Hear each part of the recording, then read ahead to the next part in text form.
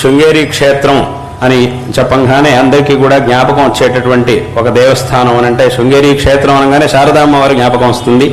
అదేవిధంగా అక్కడ ఉన్నటువంటి ఒక ఆలయం అదే అందరికీ కూడా జ్ఞాపకం వస్తుంది. చాలామందికి అక్కడికి వెళ్ళొచ్చినటువంటి వాళ్ళందరికీ కూడా అది ఆ ఆలయం చక్కగా జ్ఞాపకం వస్తుంది. ఏమిటి ఆలయం అంటే విద్యాశంకర దేవాలయం. అక్కడ ఉన్నటువంటి ఆ అద్భుతమైన శిలామయమైనటువంటి విద్యాశంకర దేవాలయాన్ని అక్కడ మనం చూస్తూ ఉంటాం. అది మనకి జ్ఞాపకం వస్తుంది. దాన్ని విద్యాశంకర దేవాలయం అని అంటూ ఉంటారు. అక్కడ ఉన్నటువంటి శివలింగం ఏదైతే ఉందో అది విద్యాశంకరేశ్వర స్వామి కాబట్టి అది విద్యాశంకర దేవాలయం అని దానికి పేరు. అయితే దాని వెనకాల ఒక పెద్ద ఇతిహాసమే ఉన్నది. ఏమిటి అంటే విద్యాతీర్థ మహాస్వామి అంటే ఈ పీఠం యొక్క పదవ అధిపతులు ఎవరైతే ఉండేవారో వారు మహాయోగులు, అద్భుతమైనటువంటి యోగ సిద్ధిని పొందినటువంటి వారు ఈ పీఠంలోనే దాదాపుగా 104 సంవత్సరాల పాటు అధిపతులుగా ఉన్నారు. వారి పీఠాధిపత్య కాలమే 104 సంవత్సరాలు. అంతకుముందు వారి యొక్క సన్యాసం ఇత్యాదులన్నీ కూడా అవన్నీ ఇంకా ఎక్కువ. పీఠాధిపత్య కాలమే 104 సంవత్సరాల పాటు వారు అధిపతులుగా ఈ పీఠంలో విరాజమానులై ఉండేవారు. వారు తమ శిష్యులైనటువంటి భారతీ తీర్థస్వామి వారికి అలాగే విద్యారణ్య స్వామి వారికి ఇద్దరికి కూడా సన్యాస దీక్షను అనుగ్రహించి వారిద్దరిని కూడా ఉత్తరాధికారులుగా స్వీకరించారు. ఇద్దరు కూడా ఉత్తరాధికారి శిష్యులుగా ఉన్నప్పుడు ఆ పీఠాధిపత్యాన్ని ఆ బాధ్యతలన్నిటినీ కూడా ఇద్దరికి కూడా అప్పగించి వారు మేము విశేషమైనటువంటి లంబికా యోగానుష్ఠానం చేయడానికి ఇంక నుంచి ఎవరికి కూడా దర్శనం ఇచ్చేది లేదు, లంబికా యోగానుష్ఠానాన్ని నిరంతరం చెయ్యాలి అనేటటువంటి సంకల్పాన్ని చేసి అక్కడ ఎప్పుడు ఏ ప్రదేశంలో అయితే మనం విద్యాశంకరాలయాన్ని చూస్తున్నామో అక్కడే ఒక భూమిలో ఒక భూగృహాన్ని నిర్మాణం చేసి అక్కడ వారు ఆ లంబికా యోగానుష్ఠానం తపస్సు కోసమని అక్కడ కూర్చున్నారు. అప్పుడు వారి శిష్యులకి చెప్పారు, 12 సంవత్సరాల పాటు మేము ఇక్కడ ఈ లంబికా యోగానుష్ఠానం చేస్తాం అంటే ఆ 12 సంవత్సరాల వరకు దాన్ని తీయడానికి వీల్లేదు, ఆ భూగృహాన్ని మూసేసేసి మళ్ళీ దాన్ని తీయడానికి వీల్లేదు అని చెప్పి ఆజ్ఞ చేశారు. ఆ విధంగా వారు అక్కడ కింద లంబికా యోగానుష్ఠానం చేయడానికని అక్కడ చేశారు. ఆ తర్వాత అలాగే తపస్సు చేస్తూ ఉన్నారు. అయితే దీనికంతా ఏర్పాట్లు చేశారు. విద్యారణ్య మహాస్వామి వారు బయట సంచారంలో ఉన్నప్పుడు భారతీయ స్వామివారు కూడా సంచారం చేయడానికని వెళ్ళినప్పుడు కొంతమంది ఏం చేశారు అని అంటే స్వామివారు 12 సంవత్సరాల పాటు లోపల ఉంటామన్నారు. ఈ 12 సంవత్సరాల పాటు ఇది ఎలా సాధ్యం? ఏం చేస్తారు? ఒక 3-4 సంవత్సరాలు అయిన తర్వాత కొంతమంది ఏం చేశారు అని అంటే లోపల ఏం చేస్తూ ఉండొచ్చు, ఆయన లోపల ఒకరే ఉన్నారు, 3 సంవత్సరాల నుంచి దాన్ని తీయనే లేదు, లోపలే ఉన్నారు, అసలు ఏం చేస్తూ ఉంటారు, అసలు ఇలా ఉండడానికి సాధ్యం అవుతుందా అని కొంతమంది ఊరు వాళ్ళంతా ఏం చేశారంటే కుతూహలంతో వెళ్ళి దాన్ని తీసి చూశారు.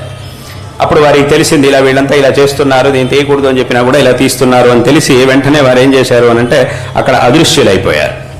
అదృశ్యులయ్యి వెంటనే వీళ్ళు చూశారు, తీసి చూసినప్పుడు లోపల ఎవరో కనబడలేదు. కనబడినప్పుడు మళ్ళీ వాళ్ళు భయపడ్డారు, అయ్యో ఇదేదో మనం ఏదో తప్పు చేస్తున్నాం. తీసిన తర్వాత వాళ్ళకి అర్థమైంది మనం ఏదో తప్పు చేస్తున్నాం, ఏదో చేయకూడదు చేస్తున్నాం, ఇలా చేయకూడదు అని చెప్పి మళ్ళీ వాళ్ళు మూసేసి వెళ్ళిపోయారు.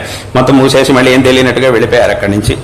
ఆ తర్వాత వెంటనే విద్యాతీర్థ స్వామి వారు ఏం చేశారు అని అంటే భారతీతీర్థ స్వామివారికి విద్యారణ్య స్వామివారికి స్వప్నంలో దర్శనమిచ్చి ఈ విధంగా ఈ జరిగినటువంటి విషయాన్ని చెప్పి అప్పుడు ఆదేశించారు. ఏమిటి అనంటే ఇలా జరిగినా కూడా ఏమీ పర్వాలేదు, మేము ఇదే ప్రదేశంలో నిరంతరం తపస్సు చేస్తూ ఉంటాము కాబట్టి అదృశ్య రూపంలో ఇంక నుంచి ఎవరికి కూడా దర్శనాన్ని ఇవ్వాలనుకోవట్లేదు కాబట్టి అదృశ్య రూపంలో ఇక్కడే ఎల్లప్పుడూ తపస్సును చేస్తూ ఉంటాము.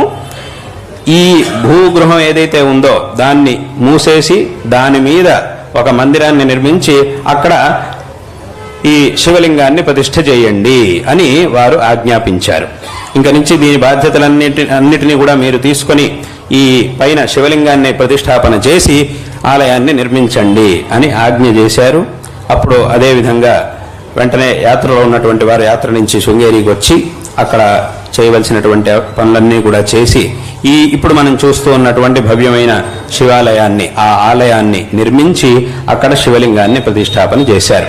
కాబట్టి గురువు యొక్క నామం విద్యాతీర్థ అనేటటువంటి నామం ఏదైతే ఉందో దాంట్లోంచి ఆ విద్య అనేటటువంటి ఒక శబ్దాన్ని తీసుకొని విశేషంగా పరమేశ్వరుడు అదేవిధంగా శంకరాచార్యుల వారిని చెప్పేటటువంటి శబ్దం శంకర అనేటటువంటి శబ్దం ఏదైతే ఉందో ఆ శబ్దాన్ని కలిపి విద్యాశంకర అని ఆ శివలింగానికి నామకరణం చేశారు. అందుకే అది విద్యాశంకర దేవాలయము అని దానికి పేరొచ్చింది. అందుకే ఆ తర్వాత కూడా అంటే దాని యొక్క అర్థం ఏమిటి అంటే వారు ఎప్పుడూ కూడా అక్కడే తపోనిష్ఠులుగా ఉండి అదృశ్య రూపంలో మేము ఇక్కడే ఉండి ఎప్పుడూ కూడా తపస్సు చేస్తూ ఉంటాము అని చెప్పారు. కాబట్టే అందుకోసమే ఇవాల్టికి కూడా ఆ తర్వాత కాలం నుంచి ఇప్పటికీ కూడా ఇక్కడి నుంచి ఈ పీఠం నుంచి జగద్గురువులు ఏదైనా శ్రీముఖాన్ని పంపించేటప్పుడు దాంట్లో విద్యాశంకర అనేటటువంటి ముద్రతో శ్రీముఖాన్ని పంపిస్తారు. ఈ విద్యాశంకర అనేటటువంటి ముద్ర ఎందుకు? ఎందుకంటే చాలా మందికి ఒక సందేహం వస్తూ ఉంటుంది. ఏమిటి అని అంటే ఇక్కడ విద్యాశంకర ఇది శంకర భగవత్పాదాచార్యుల వారి నుంచి ప్రారంభమైంది కాబట్టి శంకరాచార్యుల వారి ముద్ర ఉండాలి కదా, విద్యాశంకర అనేటటువంటి ముద్ర ఎందుకు ఉంటుంది అని చాలా మందికి అదో ప్రశ్న సందేహం వస్తుంది, చాలా మంది అడుగుతూ ఉంటారు. అయితే ఇక్కడ విద్యాశంకర అనేటటువంటి ముద్రను వేయడానికి కారణం ఏమిటి అని అంటే ఇవాల్టి కూడా ఆ తర్వాత కాలంలో వచ్చినటువంటి అధిపతులందరూ కూడా ఎవరైతే ఉన్నారో వారందరూ కూడా విద్యాతీర్థుల వారి ప్రతినిధులుగా ఉండి ఈ పీఠాన్ని అలంకరి వారి యొక్క ఆజ్ఞతో ఈ స్థానంలో ఉండి ఈ ధర్మ ప్రచారాది కార్యాలను చేస్తున్నారు. అంటే ఇవాల్టికి కూడా వారే అక్కడ ఉన్నారు, విద్యాతీర్థుల వారే ఇక్కడ పీఠ అధిపతులుగా ఉన్నారు అనేదే భావన. తర్వాత అయితే వారు అదృశ్య రూపంలో ఉన్నారు కాబట్టి దృశ్యంగా ఉంటూ చేసేటటువంటి వ్యక్తులు కావాలి.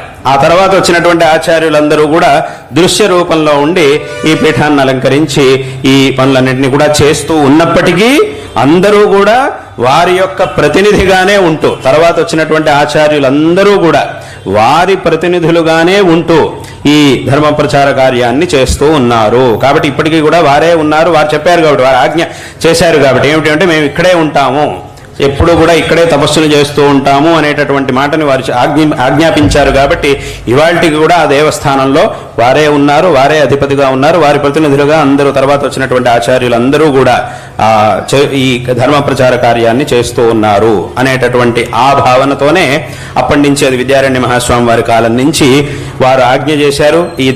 ఆ దేవస్థానాన్ని నిర్మించారు. అదేవిధంగా ప్రతి సంవత్సరం ఇదే కార్తీక మాసంలో ఈ వచ్చేటటువంటి సప్తమి తిథి ఏదైతే ఉందో ఈ కార్తీక శుక్ల సప్తమి నాడే ఇప్పుడు మేము చెప్పిందంతా జరిగింది. అంటే వారు ఆ భూగృహంలో ప్రవేశించడం అనేది ఈ కార్తీక శుక్ల సప్తమి నాడు జరిగింది. కాబట్టి ఆ రోజునే వారి యొక్క ఆ ప్రతి సంవత్సరం కూడా ఆ సందర్భంలో రథోత్సవం మహారథోత్సవం అనేది అష్టమి నాడు కార్తీక శుద్ధ సప్తమి నాడు విశేషంగా వారి సన్నిధానంలో మహాపూజ అనేది జరుగుతుంది. ఆ తర్వాత అష్టమి నాడు మహారథోత్సవం అనేది జరగాలి అని అప్పుడు విద్యారణ్య మహాస్వామి వారు భారతీయ మహాస్వామి వారు ఆజ్ఞాపించారు. అదే రకంగా ఇవాల్టికి కూడా విద్యాశంకర రథోత్సవం అనేది ఇప్పుడు అష్టమి రోజు వచ్చేటటువంటి అష్టమి రోజు ఈ రథోత్సవం అనేది జరగబోతూ ఉన్నది. 10 సంవత్సరం కూడా అప్పటి నుంచి జరుగుతూ ఉన్నది. దాదాపు 700 సంవత్సరాల నుంచి అవిచ్ఛిన్నంగా ఈ పరంపర అనేది కొనసాగుతూ ఉన్నది. కాబట్టి అదేవిధంగా విశేషంగా అంటే వారే అధిపతులుగా ఉండి ఆ తర్వాత వచ్చినటువంటి పీఠాధిపతులందరూ కూడా వారి యొక్క ఆజ్ఞానుసారంగా వారి యొక్క ప్రతినిధిగా దీన్ని నిర్వర్తిస్తున్నారు అని ఉంది. కాబట్టే విశేషంగా ఇక్కడ చెప్పేటటువంటి బిరుదావళి ఏదైతే ఉందో దాంట్లో ఇంకెవరి నామం ఉల్లేఖింపబడదు. అక్కడ కేవలం విద్యాశంకర పాదపద్మారాధక అనేటటువంటి వారి యొక్క నామాన్ని మాత్రమే, అంటే ఇవాల్టికి కూడా వారిని ఆరాధిస్తూ వారి యొక్క ప్రేరణతో వారి యొక్క అనుగ్రహంతో తర్వాత కాలంలో వచ్చినటువంటి అధిపతులందరూ కూడా ఈ ధర్మ ప్రచార కార్యాన్ని చేస్తున్నారు అనేటటువంటి ఆ భావనతోనే ఆ విద్యాశంకర పాదపద్మారాధక అనేటటువంటి నామం ప్రత్యేకంగా అక్కడ ఉల్లేఖింపబడుతుంది ఆ బిరుదావళిలో.